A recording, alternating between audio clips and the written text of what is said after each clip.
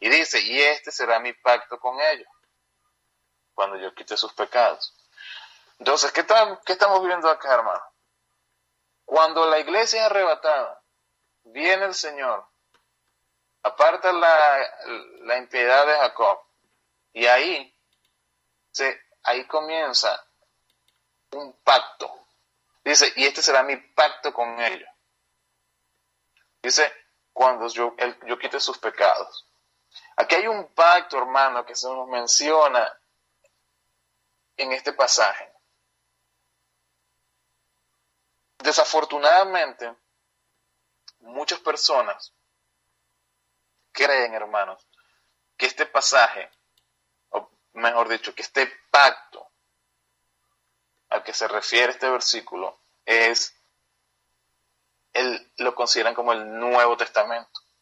Hay personas que creen que está el pacto, el antiguo pacto y el nuevo pacto, y el antiguo pacto tiene que ver con la ley mosaica y con el Antiguo Testamento, y el nuevo pacto tiene que ver con la muerte y el sacrificio que hace Jesucristo y que es el Nuevo Testamento. Y hermanos, eso no es así.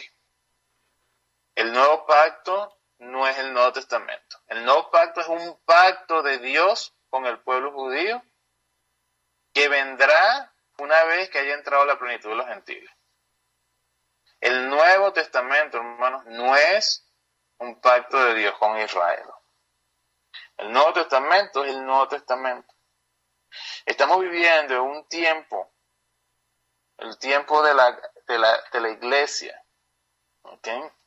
Y este tiempo comenzó con la venida del Señor Jesucristo por la transgresión de los judíos al no aceptar al Señor Jesucristo como su Salvador.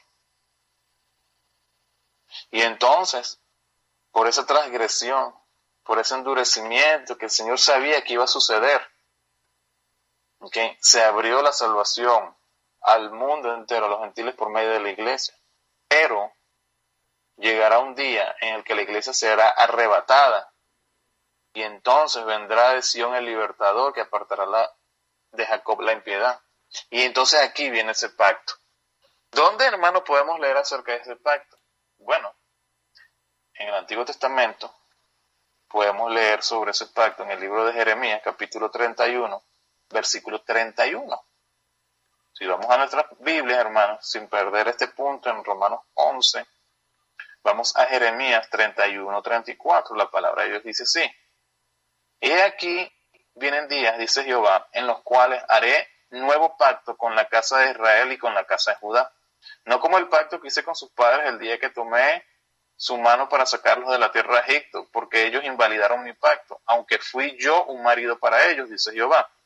Pero este es el pacto que haré con la casa de Israel después de aquellos días, dice Jehová.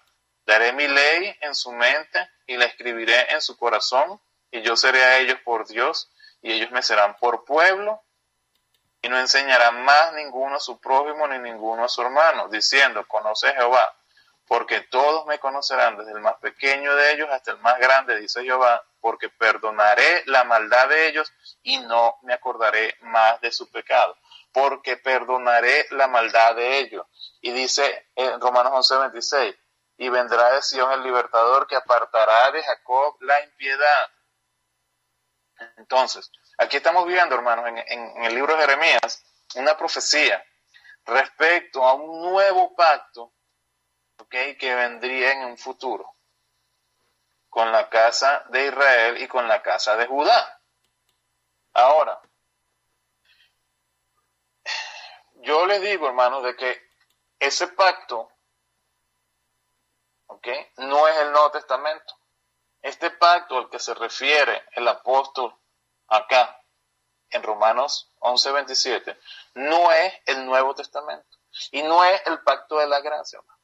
Es un pacto, él dice, y este es mi pacto con ellos.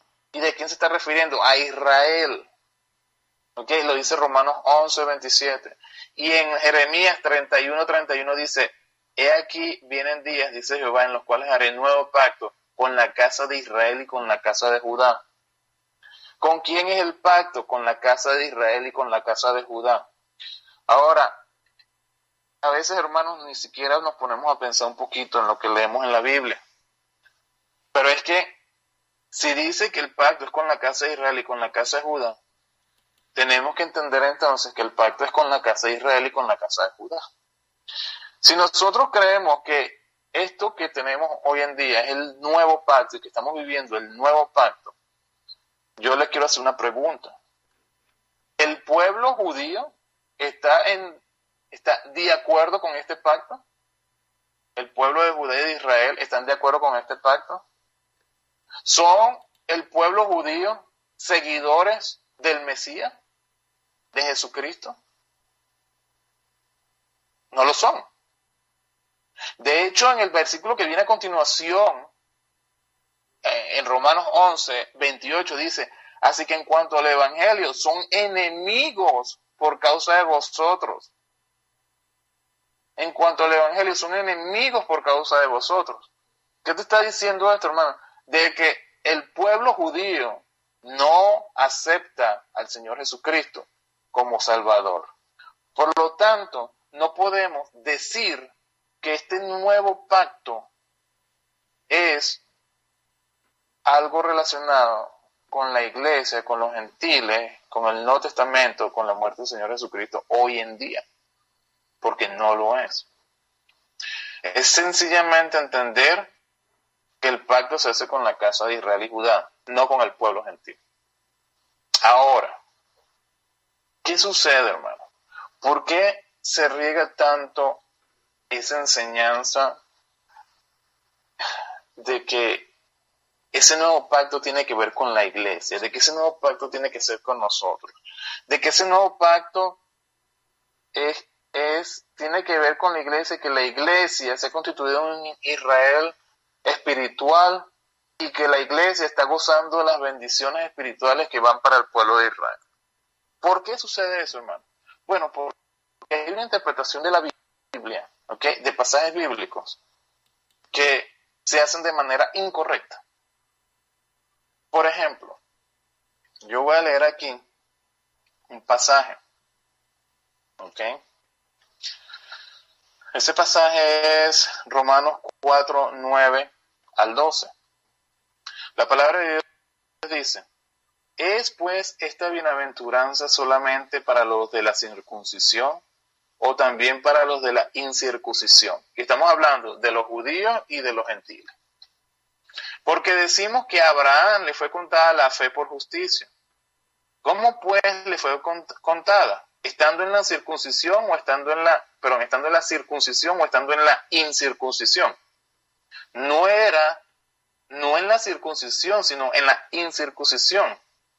Y recibió la circuncisión como señal, como sello, de la justicia de la fe que tuvo estando aún incircunciso, para que fuese padre de todos los creyentes no circuncidados.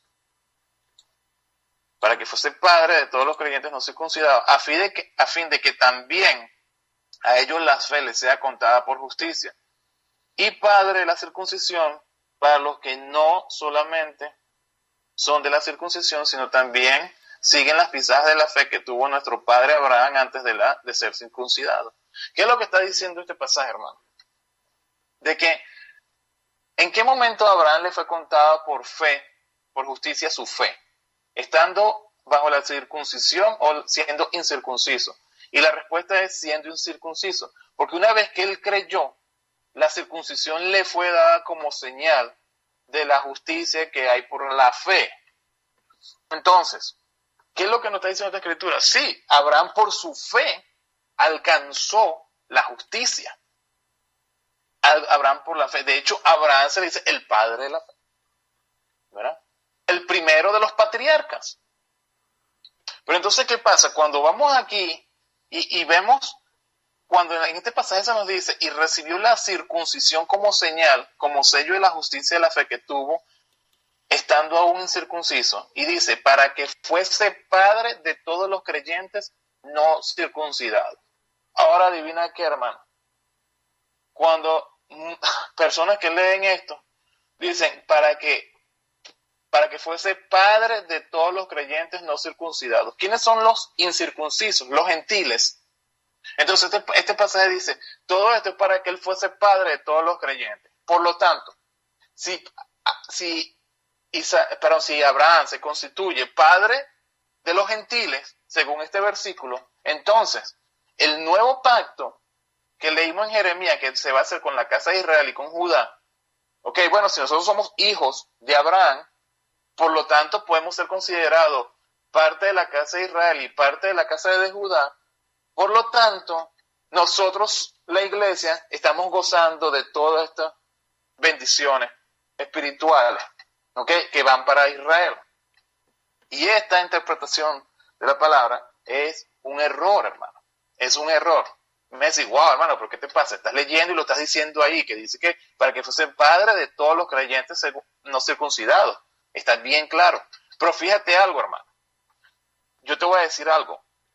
Si vamos a analizar este pasaje, lo primero que yo te voy a decir es esto.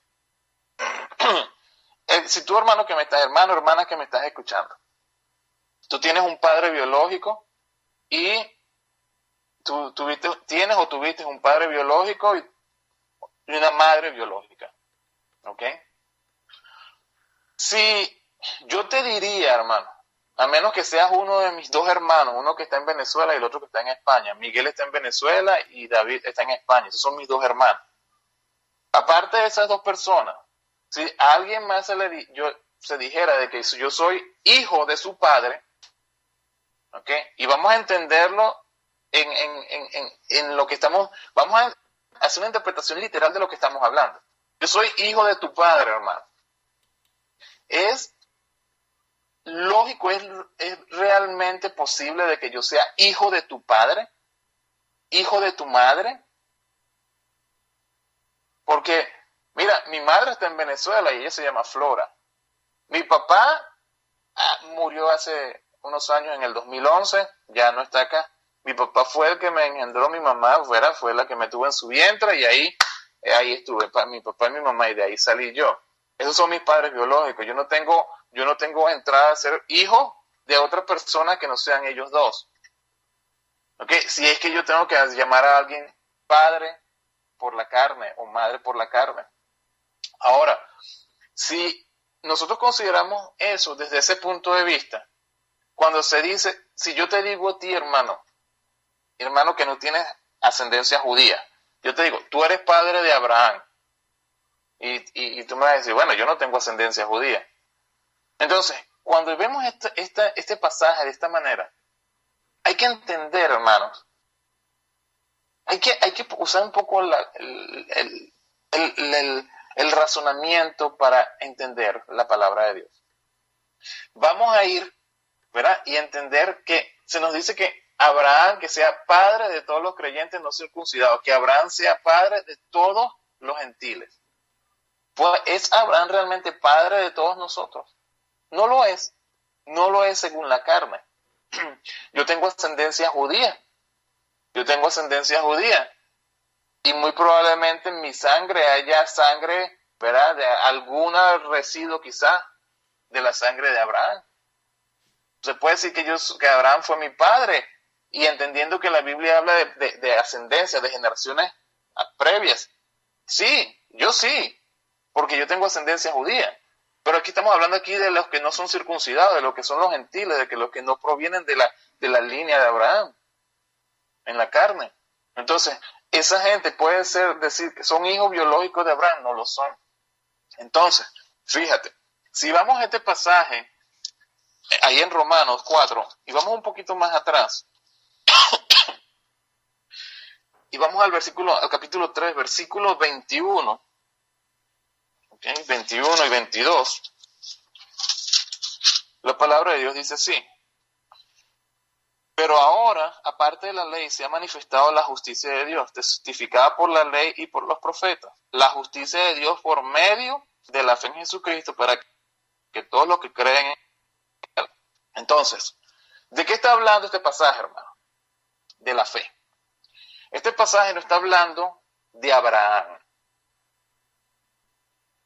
De hecho, sí, este pasaje no está hablando de la fe. Y entonces, cuando llegamos al capítulo 4, utiliza a Abraham como el padre de la fe, que su fe le fue